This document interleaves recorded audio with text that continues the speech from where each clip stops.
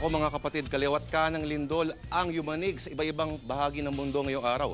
Pasado alas 3 ng hapon, isang 6.8 magnitude na earthquake ang tumama sa bandang silangan ng Papua New Guinea. Pero sabi ng Philbox, wala naman daw banta ng tsunami doon, pati dito sa atin sa Pilipinas. Buti naman.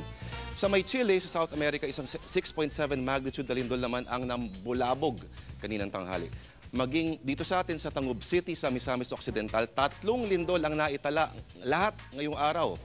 Magnitude 3.6 yung pasado hating gabi, magnitude 3 kaninang alauna ng hapon at magnitude 3.3 bandang alas 3. Pero kung paano na pag-uusapan, nakalulusaw talaga ng pasensya ang init mga kapatid. Umabot sa 34.5 degrees Celsius ang temperatura dito sa Metro Manila ngayong araw, pero mas mainit pa rin sa Cabanatuan na umabot sa 37.2 degrees Celsius. Ang init, yan ang second hottest na naitala sa bansa ngayon 2012.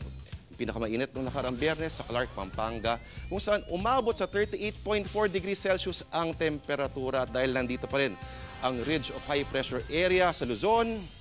Asahang maging mainit pa rin ang panahon sa mga susunod na araw. Pero maiba tayo. Dahil summer ngayon, usong ngayon ang tuli. Bukod para sa hygiene at iba pang health issues, bakit nga ba kailangan magpatuli?